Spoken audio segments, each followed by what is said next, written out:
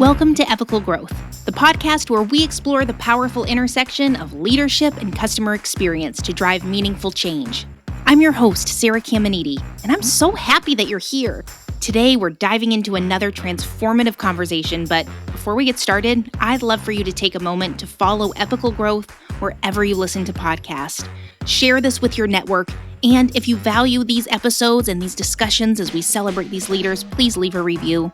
It helps others discover the show, and it really fuels our growth. Today, I am so excited to announce Matt Patterson, the customer service content lead at Help Scout, is here to chat with us. Matt is an expert in elevating customer service strategies, and today we're going to explore the insights that can reshape how we approach the ever-evolving world of customer support. Stick around, because this episode is packed with actionable key takeaways you're not going to want to miss. Hello, I am Matt Patterson here just south of Sydney in Australia. I work for Help Scout, where I am, a customer service educator, maybe is how I say it. Basically talking about customer service and how we can do it better, especially online. I love that. And I'm so happy that you're here. Matt, you didn't even mention your podcast, which you totally should have name dropped. Matt is the host of the Supportive podcast that has so many wonderful gems within it. You just started it recently, and I'm just really excited to record a conversation of us talking about things that we could talk about for days and days and days. I mean, you built an entire career off of talking about customer support and how we can think about it differently, do it better, give it a little bit more respect and space to shine. And thank you for finding some time in your next day, since you're in Australia, to hang out with me over here. Thank you for having me. It's exciting to talk about. And as you say, I have talked about customer support a lot over the last 8 years. 8 years I've been at Help Scout. So that's 8 years of talking about the doing of support. And then before that, I spent nearly 10 years running a support team at Campaign Monitor in Australia. So that's a long time. That's a lot of customers talk to in that time. Well, yeah, for sure. Man, I didn't realize that you were at Help Scout for 8 years. So then I have to ask, if you are creating content, you're educating, you're learning about the nuances of support as support has evolved over these past 8 years. I mean, you even were doing this during COVID, and support was kind of flipped on its head during COVID. What have you taken away as what's something you want to keep talking about over and over again, and what's something that's totally changed? Customer support. I mean, I've said this a few times. I think it's a really interesting field in that in some ways it never changes, right? You can go right back, and I just talked about this on the Supportive podcast, which you should download. But the very first customer service complaint, which a lot of people will know about, the copper trader, Nasir, who in his house in ancient Mesopotamia had that tablet of a complaint letter. He actually had a whole pile of complaint letters from other customers as well, just saying, you said you were going to sell me this thing. I didn't like it. It's not great quality. I'm not happy. I want my money back. And I mean, that's 4,000 years. That's not too different than what we do today, is it? So in some ways, it's absolutely the same thing. And it's just the way in which things are delivered, the way in which the service can be delivered that changes over time. But in other ways, we're right now in the middle of a moment where maybe things are going to change. Maybe there will be technology which can not only assist you to talk to your customers and to reach out to them in different ways and in different mediums, but that will be able to directly help customers, maybe with artificial intelligence, of course. So I'm sure we'll probably get into that. That's certainly the topic of the year at every support conversation that I have. No, it's true. It's when I was reflecting on this, actually, because I listened to your episode about self-service, and I have recommended that to every single person that I can find, because you unlock the actual key pieces to building and setting yourself up to build eventually, if you're not even ready to build a self-service space and do it well, and don't, cut corners, which you really can't if you're going to actually be successful having a space that's self-service. But with AI, like I've realized like probably about half of my episodes of Epical Growth, like the conversations just kind of naturally turned into a conversation about AI. And it's so interesting because so many leaders within the customer support space or customer experience space, and I mean, I'm talking to people like over at Zapier or people that are running like call centers, are so thoughtful about AI. And I love seeing how committed all of these leaders are to not going the shiny toy route and really, really taking the care and the time to understand the benefits and also the negatives about adding this to your space. And that's so different than what we see on spaces like LinkedIn, where there's so much noise about AI, and it's so different from the reality of the people that are actually leading the teams that have to implement it. And what are you seeing? I mean, you're working for a help desk that has to think, add, experiment with AI so that other support leaders can go about AI in the correct way. What kind of conversations are you having about AI within a help desk company?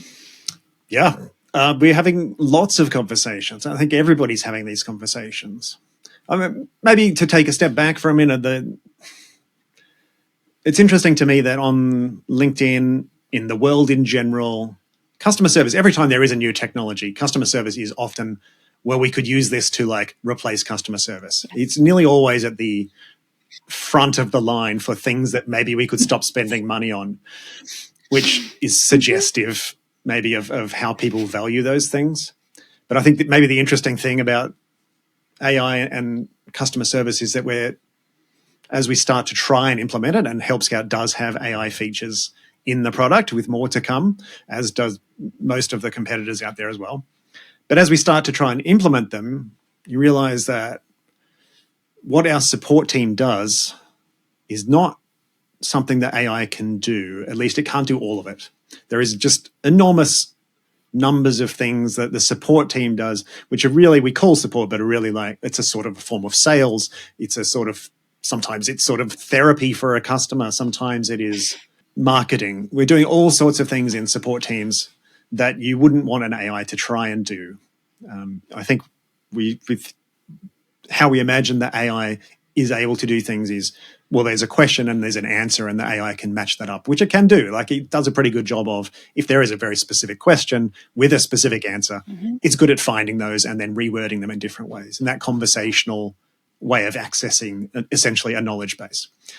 And there is definitely a part of your support team that's what they're doing. They're finding the question, they're matching it to an answer that they already have in their head or in their knowledge base or in their internal documentation, and then they're explaining it to that customer. Some part of that, the AI will be able to help with or even do in some cases. And certainly different types of businesses might find that easier if there's more repetition. I think internally at Help Scout, the kind of questions we're getting are often so complicated and have so many different pieces that there is no single answer. You can't point anyone to a knowledge base that answers all of the parts of their question. Or if it does, you still want to interpret that answer in a way that makes sense for their context, because that's what good service is. It's adapting it to this person and this context and what they're actually trying to do, which is often not what they actually asked to do. And all of the complexity are there. And we're just going to find out, oh, actually support is a lot more than we thought it was once we try to replace parts of it with artificial intelligence. Yeah, that's what I'm hoping. And that's what you're starting to see little bits of it. You're starting to see, and I think that's why there's been such an increase in just visibility of people that are talking about the realities of leading or building or just being in a support role, and what that career trajectory actually looks like and the skills that are required in order to do this well. And I don't think that even if everybody was talking about it, I don't think that people were really in the mood to listen. And I think with AI, it's been highlighting all of these things that we've been doing for years and years and years and years and years that no one would really pay any attention to.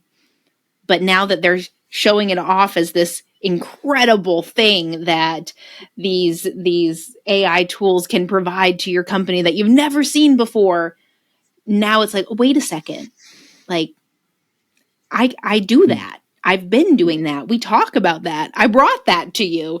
And it's changing the conversation slowly, incrementally. But I agree. I think it could provide a little bit more credibility and respect to a space that is a very taxing, and it is a profession. It is a profession that you have to be a specific type of person to thrive Absolutely, in. you do. You know what I wish people on LinkedIn would do, and this is not going to happen because the reason that I think one of the reasons that customer service is the one that gets thrown at the, well, why don't we use AI for that, is because the people who are deciding to build these AI tools and the people who are excited about them at a high levels in company are not the ones who are doing the support. So they don't really understand what the job is. And so their mental model of what that part of the business is doing is very limited, and it seems to match up very nicely with what AI can do. But I would like to see, and maybe I should just do this, is start talking about how we're replacing executive level managers with an AI tool to, arbitrarily make decisions about things. Because it feels like, to me, it's certainly in my experience, and no shade to anyone at Help Scout, I'm thinking more of previous jobs. There are definitely some people I could have replaced with an AI that just randomly chose what to do on any given week, and we would have the same result. Yeah, no, I think that's a really good idea. It could be a fun experiment to just do some hypotheticals of what if we replace marketing with AI? What would that look like? What if we did this? And the end result in most of them will be the same end result that it is with customer support. In this can do some really cool things, but it cannot replace a person who is skilled in this space. No. And by its very nature, because of the way that generative AI works, it will always tend towards mediocrity because it is absorbing everything that's out there, and then it's generating a kind of medium version of that. It's never going to be the one that does something interesting. I think it will inspire people to do interesting things, but by itself, it's always going to be just sort of mediocre. And maybe the best result is that it raises the bar in customer service of, like, instead of really terrible human-powered support, we get marginally better AI-powered support across the entire set of companies in the world. But certainly most of the people that we serve at Help Scout, and I think most of the people listening to this right now, you already want to be better than mediocre, and you probably already are. And so the AI will be used in different ways there. It'll be used to try and improve the leverage that a person has on the work that they do. And so I suspect that's where we'll end up, but we have to go through this period now of what if we just tried it everywhere for everything until we figure it out. Yep. It'll be an interesting journey, but I think that the folks that have made this a career all know deep down, even if things get scary, even if it's just doomsday out there with the way companies are behaving, those companies will realize their mistakes, and you won't want to go back and work for them probably, but there will be other spaces that realized what a special opportunity high quality support professionals provide to a company, and that is where you will shine. This is just a moment to get you there, and we just kind of got to hang tight. Yeah, we've got to hang in there. We go through the weird hype cycle that we're in, and then we'll come out the other side, and it will become a little bit clearer. Hey, this is where these new tools were useful, and they could amplify some of the skills that we had, and they could help us deliver the type of service that we wanted to deliver to more customers or across more time zones, or we could do it in a way that the self-service is a nicer experience for them. I think we'll figure that out, and in between, we're probably all, as customers, going to have to suffer through some companies trying to do things that AI, it turns out, is not that good at. I mean, I think we've been suffering through that now in varying degrees for quite some time. I know if I call many different places, I mean, first problem is that I'm calling them in the first place, where I could just be hopefully finding out an answer much more easily online. But yeah, and then you suffer through the yelling at the phone, let me speak to a representative, to stop yourself from going through 9 different rounds of press 7, press 5, press 4. The menu changed. Nothing you know before works. And now you have to start fresh. And then it just hangs up on you. Yeah. All these things were just pretty representative of how the company really valued the service experience. And so it's not going to magically make those companies care about good service, right? If they had already decided it's not really worth investing money into providing more people so that we can deal with the unexpected volume of calls, which seems to be every day. Every day. Then they're not going to do that with AI either. They'll use the cheapest option there, and they won't use the most effective tools. They won't pay extra to get the AI that they can tweak to be more performative for their particular setup. They'll just use whatever generic cheap thing they can, and they'll provide generic cheap service like they already were doing. It will just cost them less money. But there'll be opportunities for other companies who really want to provide good service and who maybe couldn't afford it before. I think there is potential that AI could really help them serve more customers with fewer people than they would have had to have before. So there will be opportunities, and companies will come out of that, I think, who are doing more impressive things. I think so too. I really like what you said about the value, because that is something that I think about often. If you keep asking why for certain things, you usually end up figuring out the value that the other person puts into either you or a role or a task or a project or whatever it is. And it paints such a clear picture. And once you start thinking about things in that way of, okay, this keeps happening. I've done it all of these different ways. It's always unsuccessful. But why is this happening? What does this mean? And just keep going. You'll find out because they don't value this. There's no value for them here. And then you have to start thinking about, what are your values? And how do you show that you value something? And do your values align? And is this a space that you want to continue to be a part of? And I think a lot of people in this field are having these moments, these exciting moments, where they're giving themselves the space to say, does this really have to be where I am?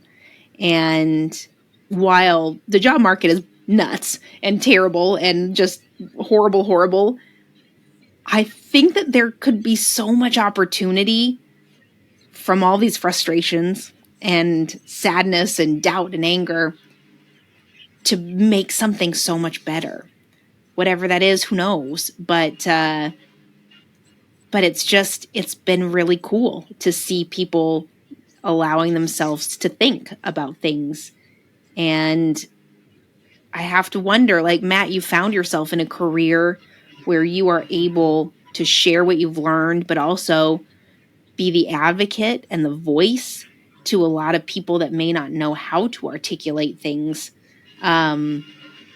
What have you really loved about getting to shine light on this career for so long? Yes. Well, okay, a couple of things. I think coming from running a support team before, one of the things I really enjoyed about coming here was I get to do the bits of running a team that I really loved the most, which was identifying, what people want to get better at and helping them improve their skills and helping people figure out what it is that they want to do. So I can do that sort of at a larger scale at Help Scout, where I'm not responsible then for scheduling their holidays and telling people that they have to work on Saturday or whatever. The least fun parts of people management. So I do enjoy that. And I enjoy helping people think about the job that they're doing. I think if I had to describe the supportive, which is a newsletter and which is a podcast and which is articles on the website and videos on YouTube, which I do, since that is my job, I do have to describe it.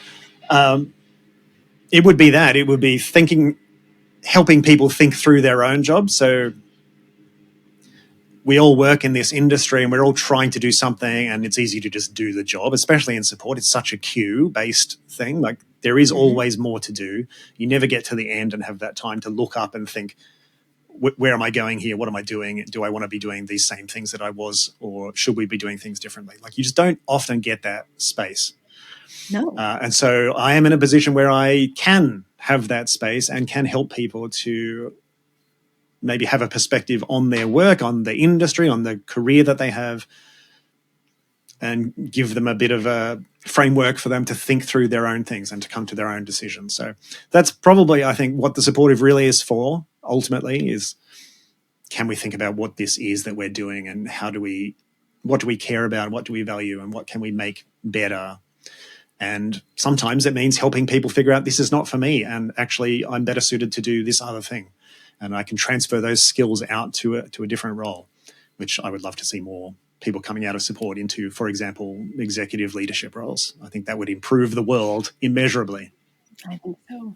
I agree. Oh my gosh. I agree so much. And what a cool opportunity to, instead of taking this content that you are producing for a help desk company and have it be operationally focused only, and have it be very like regimented in the data or selling pieces about Help Scout, that you instead found a way to make something that is educational and provides growth and conversation, but also is celebratory and honest and connecting to the individuals that are actually working in the queue, and not just the people that think that they understand support. That's really cool. It is cool. And I think a lot of the credit for that goes to the people who started Help Scout, because the reason that I can do these here and that I am not having to constantly sell the product Help Scout, which you definitely should sign up to, but I don't have to do that in the content all the time, because the people who started Help Scout, so Nick and Denny and Jared, the three of them always cared about good service, and they always wanted to be helpful to their customers.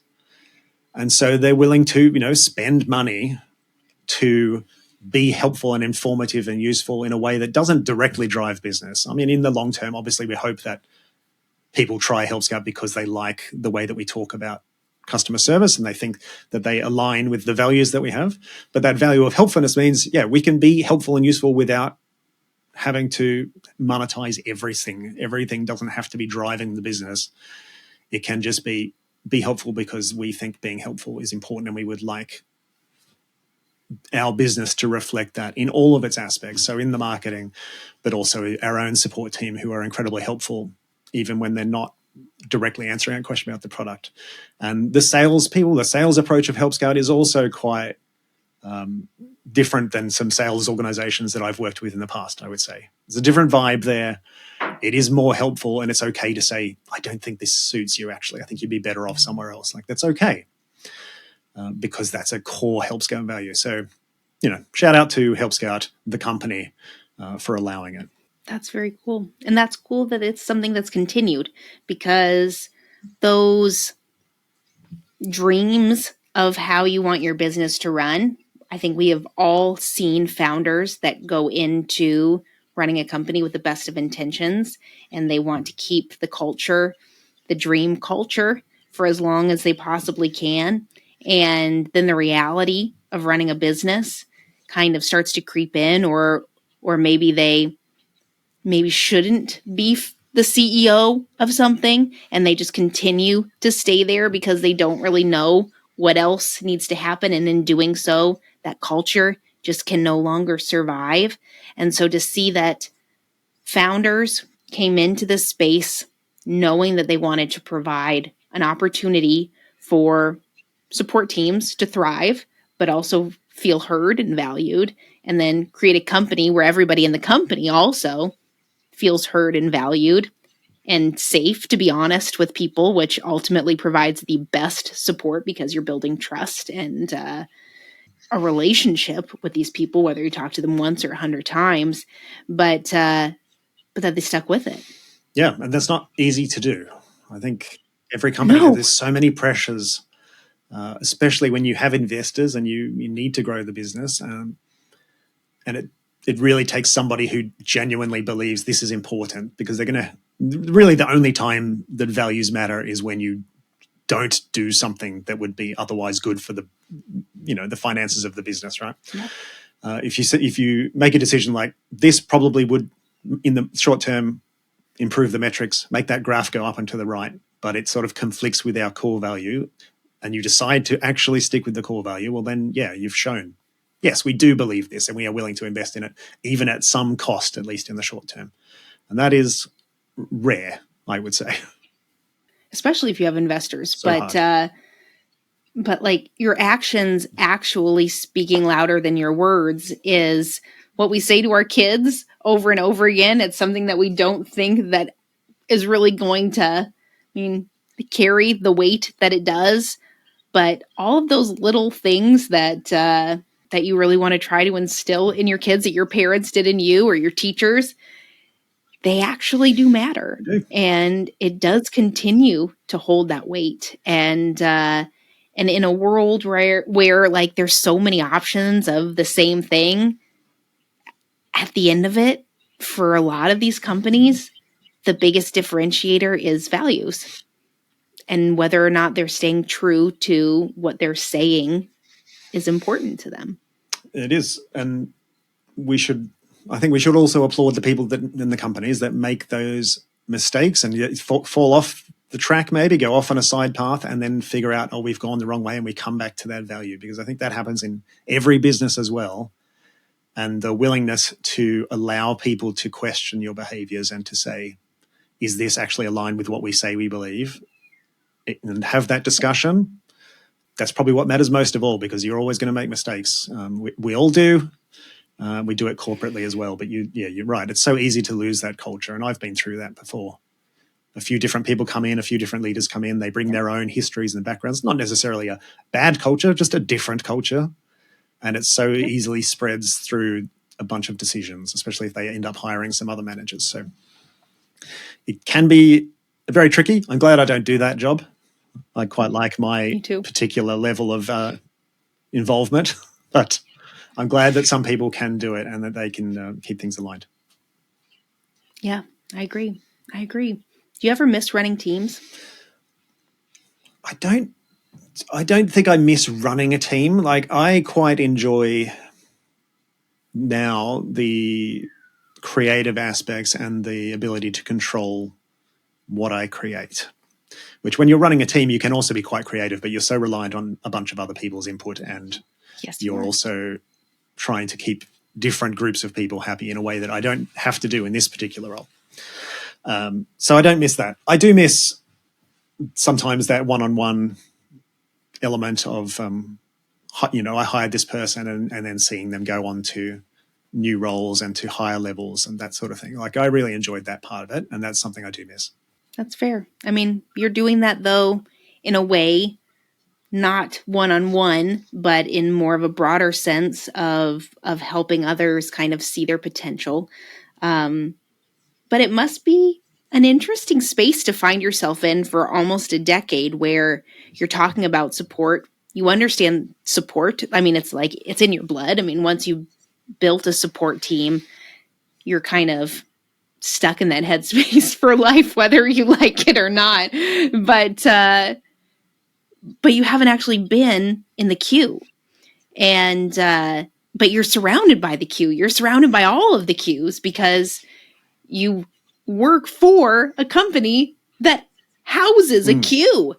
And that must be a very strange thing every now and then to like think about how you got to where you are. Yeah, I think one of the things I enjoy about Help Scout's approach is that everybody does do some work in the queue. So we have regular power hours where you're like assigned, and this is your hour. You're going to get in there and do some support. And a lot of people, that might be their only opportunity. That, and when we do whole company retreats, everyone's assigned sometimes and be like, yeah, you're doing support in this time, which is excellent. Having been on the other end of that in a previous job where the whole company's in the pool except for the support team who are in a meeting room just banging out tickets, I really appreciate that. And so I always try and get in there, and we have a little friendly competition, some of us non-support people, about who can do the most support conversations on a retreat. And I think I'm on about a 4-year streak, so I'm doing okay. My number one competitor, who was not from a support background, so impressive work, Eli, you know who you are. He has changed, he's left Help Scout now, so it'll just be Nick, the CEO. He comes for me every year, but I've got him. When I was a campaign monitor, I think at one point I went and looked, how many conversations have I actually done? And it was well over 50,000. So I was like, that stuff is all still in there, even though I'm not the Help Scout product expert in the way that I was at campaign monitor, that's for sure. No, I understand that so well. It is, it's like once you reach a certain level of having been in support for so long and you get in the zone when you're answering those tickets, you could just fly. You fly and you don't even realize that you're like 40 deep and it's only been like 35 minutes and you don't remember anything that you have sent, but they were all wonderfully constructed answers and the customers were so happy, but you just kind of become this machine. Yeah, it does become a sort of instinctual in a way. Maybe the reason that I can do what I do now, I think, is the combination of all of that background and the ability to actually see it and explain it, because I think some people can do it but could never tell anyone else how they do it. And that is harder to do.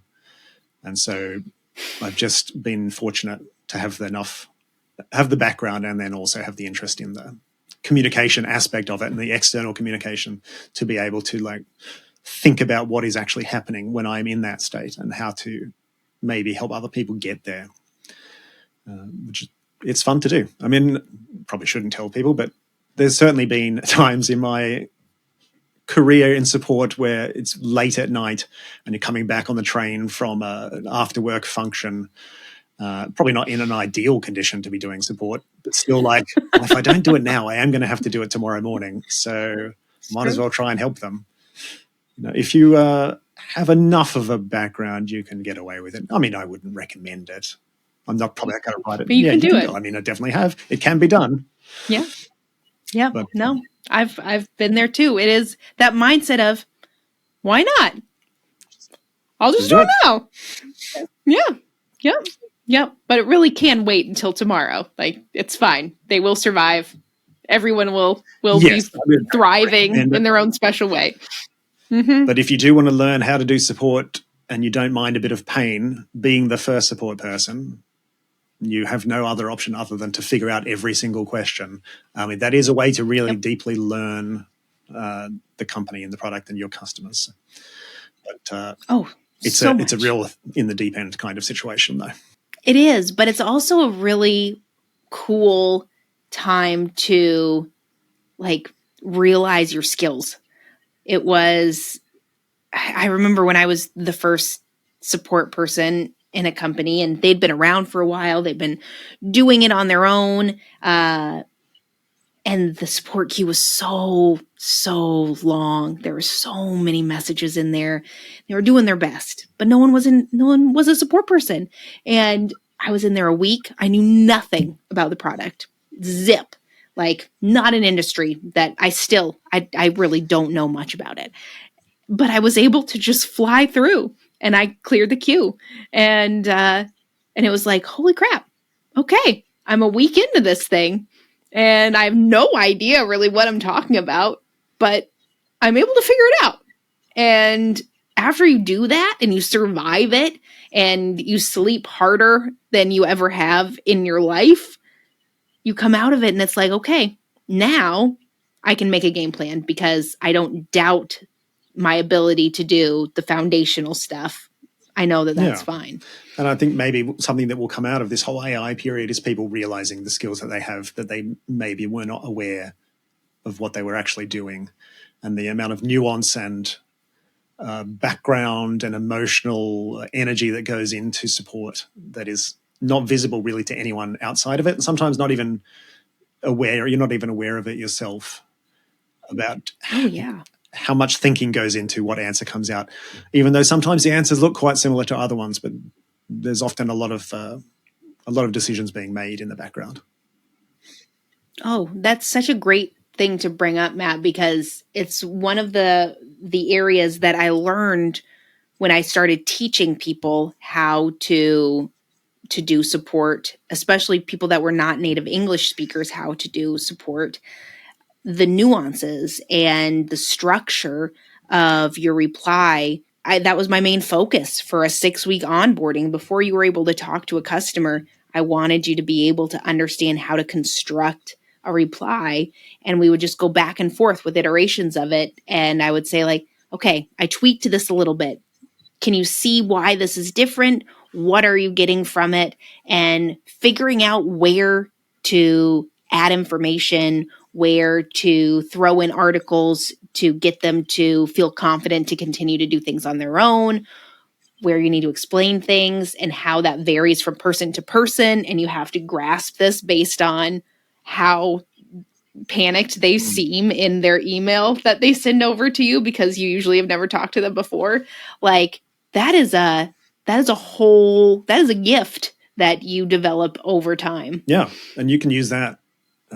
My wife, before I was replaced with AI, this used to be one of my jobs in the home, which was to help my wife write emails, like business emails, when she wants to explain something, Oh. something which is a little bit emotionally fraught or risky. She's like, how do I word this? It's just so ingrained after years and years of like delicately trying to move people towards the thing that they need to do. It is a good skill, and it's very transferable to other areas. So transferable. It is. And it's not an obvious one that you would think to lean into and to understand where it fits into job descriptions and how you could use it. But no, being able to just, like, it's almost like a word vomit too when you're doing it. Like, you don't even realize that you're sending out such a thoughtful response in whatever email thing outside of the queue that you're doing. It just comes. And it's true. I love how you phrase that you're inching people towards something, because that's all we're doing. We're trying to get people to see it. And that's, maybe if you're applying for a job, don't put word vomit on there. That's probably not going to help. But come on, that would be a fun thing, in the skills box that sometimes you have to fill out. I've got 3 out of 5 on word vomit skill. I mean, that sounds like a good description of ChatGPT, to be honest. It is most of the time. Yeah, it's a word salad. I think people should this is a great time. If you're in support right now and you're thinking about like what's the job going to be in a year or 2 years, where are we going to end up? It's a great time to kind of do an audit of yourself and what you are good at and what support has made you good at and which parts of that you enjoy and which parts you don't enjoy, because it might be that the jobs that are out there will look different than they do now. And being kind of self-aware in that way about where you are now and where you want to get to and what you might like to do, you can just make better decisions if you know which direction you would rather go before you get pushed one way or another. This is the time to be thinking about it. So I think that's a great action item for people, even if you're happy in your job right now, because we just don't know. It's unclear whether that job will still be there in the same shape. I think support jobs will absolutely still be there, but they just might look a bit different. I think that it is such an important thing for people to really understand. Like, I, in a roundabout way, defined my core values and kind of I tied it to business success so that I could really start to see the correlation between the things that I know to be true and what value they bring to a business, and doing so allowed me to be so much more comfortable and confident and articulate in what I know to be true and the way that I go about doing it. And the way things are moving with AI, folks that are loving their job, that work for a great company that wants to include them in conversations about AI or about the changes that are coming with the company, more so than ever, this is your time to understand how you can build something, like actually take ownership for what allows you to do your job in the best way and what makes you super excited.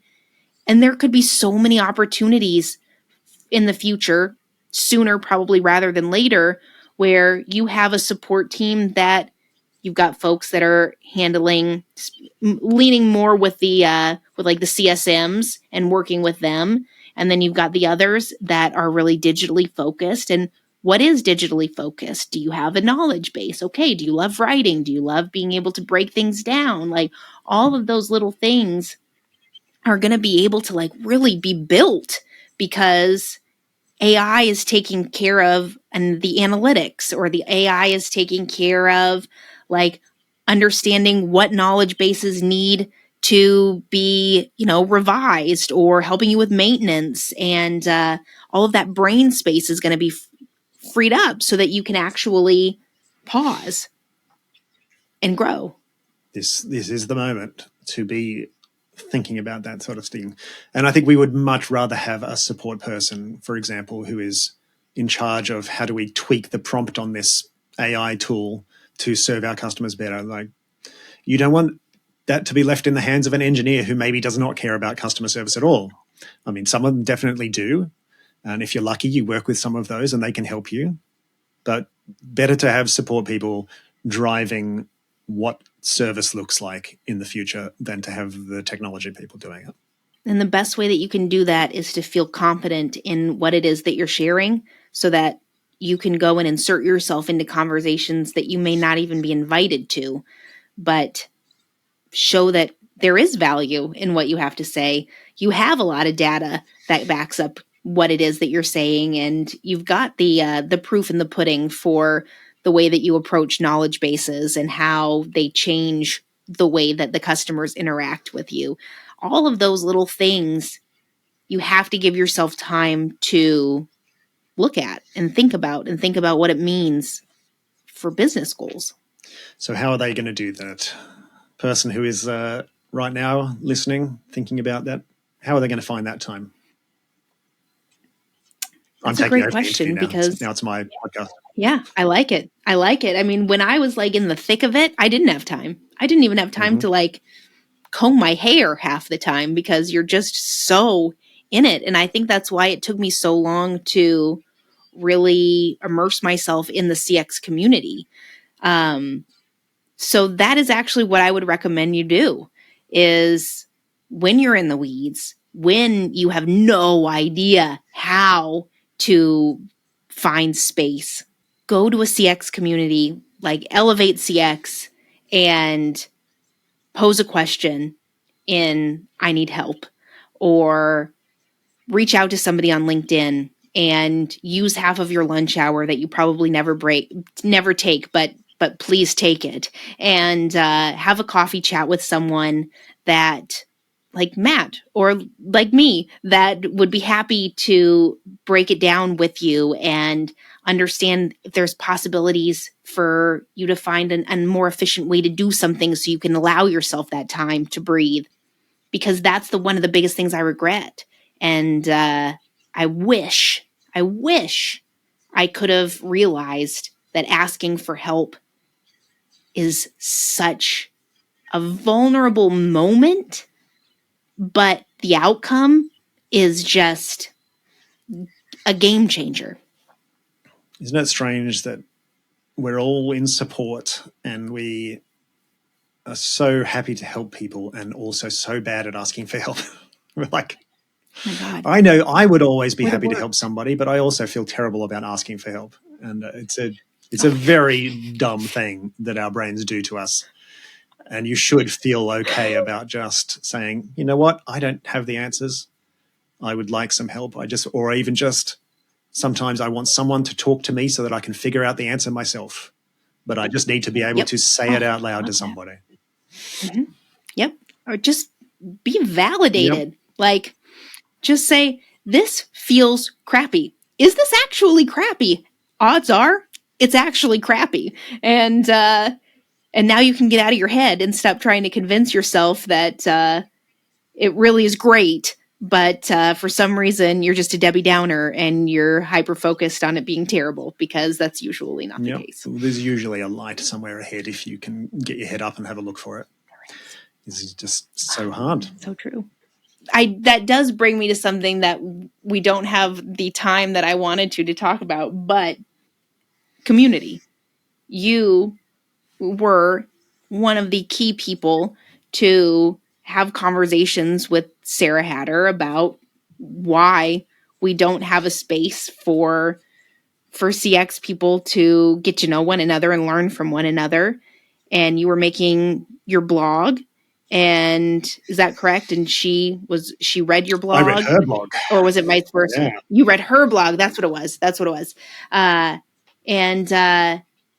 then so Elevate came to be because of it.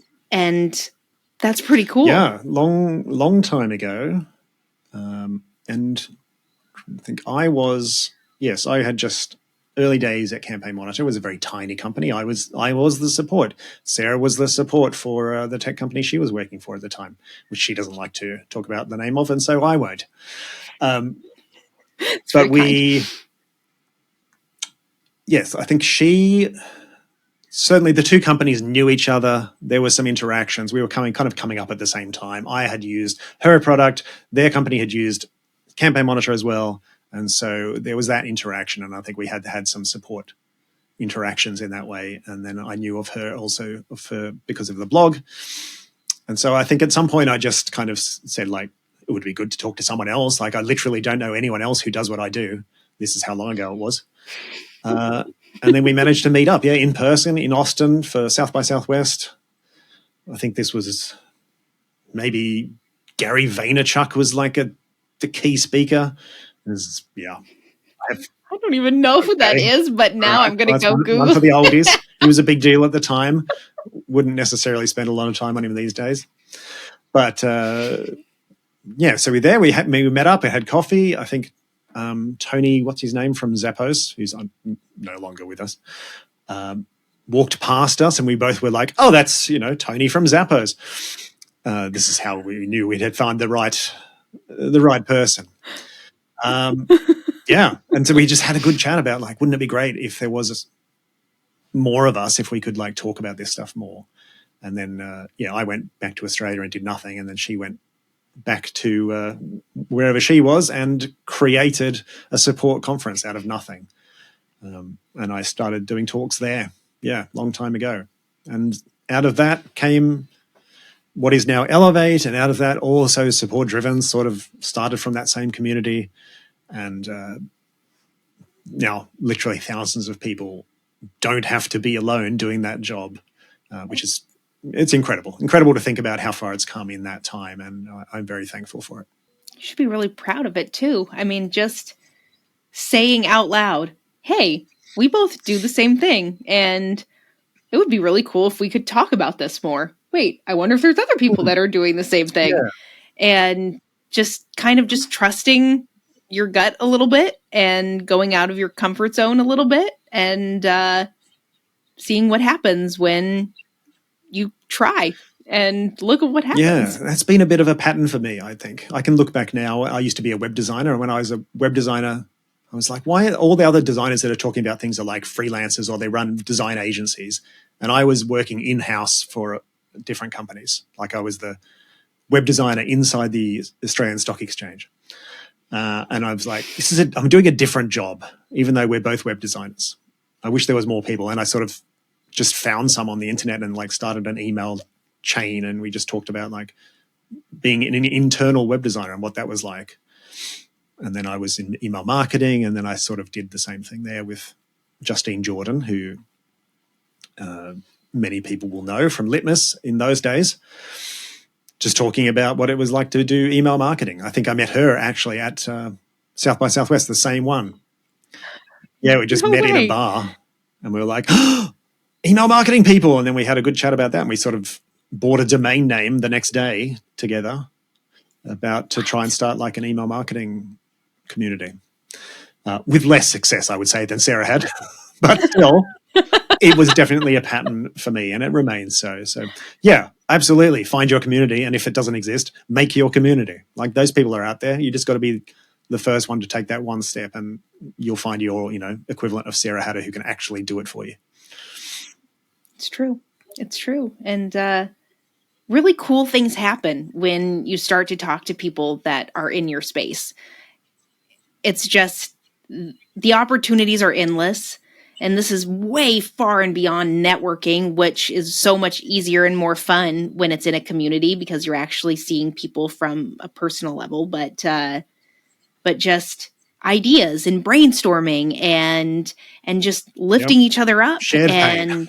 And yeah, because we feel pain. Like, it's not an easy department to exist in, to spend all of your time in, and knowing that the stress is not special to you. Yeah, it's not personal. At least for me, that was a weight. It's just the job. And you don't have to just kind of hang out and absorb that all yourself, especially if you're a leader. If you're a leader and you're trying to figure out how to deal with your team going through all sorts of change and chaos, like, there are other people out there who are just, someone who is 6 months ahead of you would be so helpful to talk to. That's all it takes. You don't need to find like an absolute veteran of the industry. And that's why these community events are so good. And I know you're going to be in Denver, I think, soon as we speak, and in London, where I will also be at Elevate. So there's lots of opportunities out there. Go and find one, find your people. It's very much worth it. It's so worth it. It's so worth it. So, Matt, on that incredibly wonderful note, love the little plug for the conferences too. Get your tickets for both Denver and London if you haven't. And London's free, so no excuses. My entire team, even folks from Asia, are going to be coming over for this one. So it's going to be a party. But I like to end all of these episodes, all of these moments with you wonderful guests by taking a moment to ask you, what era do you find yourself in, or what era do you see yourself moving into in the future? So, Matt, what's your era? I would say era for a start. Sounds less like a mistake. What era am I in? Oh, constantly in eras. Oh, that's very true. Yeah, it does kind of roll up. What era am I in? That's a good question. I feel like I have been going through a kind of recalculation of like, what is my job and what am I trying to do? And that discussion that we just had about like, what is the supportive actually for, I think has come out of that process of thinking through like, what is the point of what I am doing? Who am I trying to help? And so it's maybe an era of refocusing, I guess, because definitely some parts of that are still the same as they were. But some clarity has come to like, what value am I adding there? Which parts of the job do I enjoy doing? Which parts can I maybe find someone else to help with? And which parts, as always, just suck it up because it has to get done. You can't always avoid them, but the awareness of that. And so, yes, refocusing, clarity, I think that's where I am right now. We'll see where that ends up. That's a good era to find yourself in. And yeah, anytime. But this is one that I think is so important to acknowledge clarity and to acknowledge the need to reflect and refocus and think about delegation and take some of the ownership off of your shoulders. And I think many of us could benefit from having a moment of, do I need to do this? Or is there someone else that could learn from this, could grow from this? could help me with this. There we are, asking for help again. But we support folk like to wear all the hats. We like to do it all and keep asking if anyone else needs anything else while we're doing it all with all of the hats and holding like 18 coat racks with other hats on them. And it's empowering to be able to say, this is where I want to focus my attention because I value my time, and then making it happen. So that's a really great era to find yourself in, Matt. And I'm excited for you, and I'm excited for the supportive podcast. And I just am, it's such an informative space, and it's fun to listen to, and you're a great host. And I'm just really excited to see all the episodes that are to come. Well, thank you very much. Appreciate it. Appreciate your time today. Thank you. Thank you for your time. I'm going to go to bed because it's very late in my time, but I hope that you enjoy your Wednesday. And thank you. Thank you. Thank you so much for tuning into another episode of Epical Growth. It has been so much fun to have Matt Patterson share his wisdom on customer service and leadership. Remember, small things ignite change, and you're capable of so much more than you realize. If you enjoyed today's episode, don't forget to subscribe, leave a review, and share it with others who are on their own journey of growth. I'm Sarah Caminiti, and I hope you have a great day. Until next time.